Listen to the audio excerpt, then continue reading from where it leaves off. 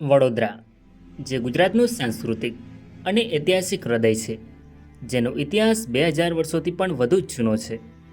વડોદરા પર અનેક રાજવંશો દ્વારા શાસન કરવામાં આવ્યું, જેમાં ગુપ્ત, સોલંકી, દિલ્હી સલ્તનત, ગુજરાત સલ્તનત અને મુઘલો.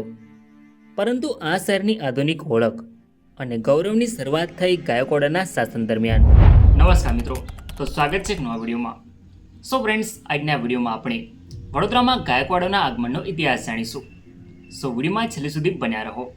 તો ચાલો વિડીયોને શરૂ કરીએ.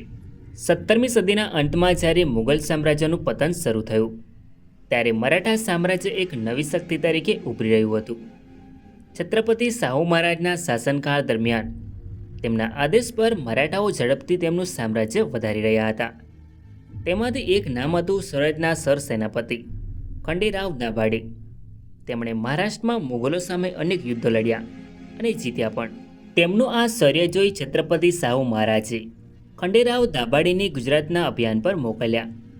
ખંડેરાવ દાભાડેની સેનામાં એક પ્રમુખ સરદાર પિલાજીરાવ ગાયકવાડ પણ સામેલ હતા. પિલાજીરાવ ગાયકવાડનું મૂળ વતન મહારાષ્ટ્રના પુણે નજીક દાવડી ગામ હતું. ગાયકવાડ પરિવારનું મૂળ નામ માત્રે હોવાનું માનવામાં આવે છે.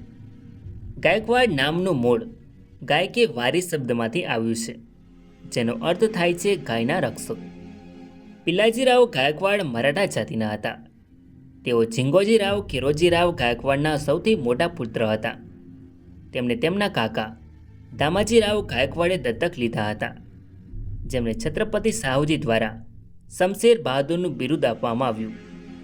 પિલાજીરાવ સાથે મરાઠાઓએ ગુજરાતમાં મરાઠા સામ્રાજ્યના વર્ચસ્વ અને કર એકઠો કરવાની જવાબદારી સોંપવામાં આવી, જેમાં સૌપ્રથમ ગુજરાત તરફ આગળ વધતા પિલાજીરાવ ગાયકવાડે મુઘલોને હરાવીને સોનગઢના કિલ્લાને જીતી લીધો.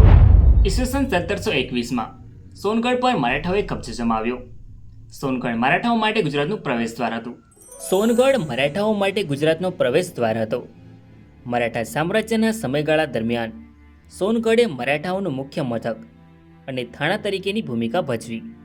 પિલાજીરાવના વ્યૂહાત્મક જોડાણો, જેમાં રાજપીપળાના રાજા સાથે જોડાણ અને ભીલો અને કોળીઓ જેવા સ્થાનિક જૂથોનું એકીકરણ સામેલ હતું. પિલાજીરાવની નેતૃત્વ શૈલી અનોખી હતી. તેમની સહાય માટે મરાઠા સેનાપતિ કાંતાજી બેન્ડે અને દક્કનના નિઝામ અસફ જહાં જેવા શક્તિશાળી સાથીઓ હતા. ઈસવીસન 1720ના દાયકામાં પિલાજીએ સુરતના મુઘલ ગવર્નર રુસ્તમ અલી ખાનને હરાવ્યો અને મહી નદીના દક્ષિણના વિસ્તારો, જેમાં વડોદરા, નડિયાદ, ચાંપાનેર, ભરૂચ અને સુરતને તેમણે આધીન કર્યા. વડોદરાના કિલ્લાને કબજે કર્યા બાદ પિલાજીએ તેને પોતાનું સૈન્ય મથક બનાવ્યું. તેમણે સ્થાનિક પ્રજા સાથે સારા સંબંધો બાંધ્યા અને શાસનની વ્યવસ્થા ગોઠવી. પેશવાઓના આદેશ પ્રમાણે પિલાજી રાવે ગુજરાતમાંથી કર વસૂલવાનું શરૂ કર્યું, જેનાથી મરાઠા સામ્રાજ્યની આર્થિક શક્તિ વધી. જો કે મરાઠા સેનાપતિઓ વચ્ચે આંતરિક સંઘર્ષને કારણે ખંભાત ખાતે સંઘર્ષ થયો, જેના કારણે પિલાજીરાવ સોનગઢ પાછા ફર્યા. ઈસવીસન 1726માં પેશવા બાજીરાવ પ્રથમે પિલાજીરાવને કાબૂમાં લેવા માટે ગુજરાતના મુઘલ વાઇસરોય સર બુલંદ ખાન સાથે એક કરાર કર્યો. આ કરારથી બાજીરાવને ગુજરાતમાં કર વસૂલવાનો અધિકાર મળ્યો. જ્યારે સર બુલંદ ખાનનું સ્થાન અભયસિંહે લીધું, ત્યારે બાજીરાવ પ્રથમે પિલાજીરાવને હાંકી કાઢવા માટે અભયસિંહ સાથે જોડાણ કર્યું. આ સંઘર્ષ એપ્રિલ 1731માં ભીલાપુરના યુદ્ધમાં પરિણમ્યો, જ્યાં બાજીરાવ પ્રથમે પિલાજીરાવ, કાંતાજી બેન્ડે અને ત્રંબકરાવ દાભાડેની સંયુક્ત સેનાને હરાવી. હાર છતાં બાજીરાવ પહેલાંનો હેતુ ગુજરાતમાં મરાઠા સામ્રાજ્યને કાયમ માટે ખતમ કરવાનો નહોતો. તેમણે ત્રંબકરાવના પુત્ર યશવંતરાવ દાભાડેને ગુજરાતના સેનાપતિ તરીકે નિયુક્ત કર્યા અને તેમને સેના ખાસ સ્કેલનું બિરુદ આપ્યું.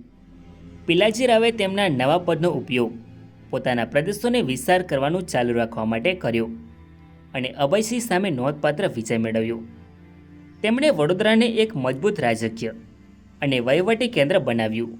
પિલાજીએ મુઘલો પાસેથી 1721માં વડોદરા પર કબજો મેળવ્યો.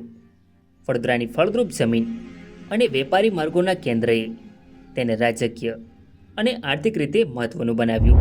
મિત્રો, પિલાજીએ બરોડાને પોતાની રાજધાની ન બનાવી, પરંતુ સોનગઢને ઈસવીસન 1761 સુધી ગાયકવાડોનું મુખ્ય કેન્દ્ર બનાવ્યું. પિલાજીરાવ ગાયકવાડના શાસન દરમિયાન વડોદરામાં મુગલ શાસનનો અંત આવ્યો અને મરાઠા સત્તાનો ઉદય થયો. તેમણે ગાયકવાડ વંશનો પાયો નાખ્યો, જે પાછળથી ગુજરાતનું સૌથી શક્તિશાળી રાજવંશ બન્યું.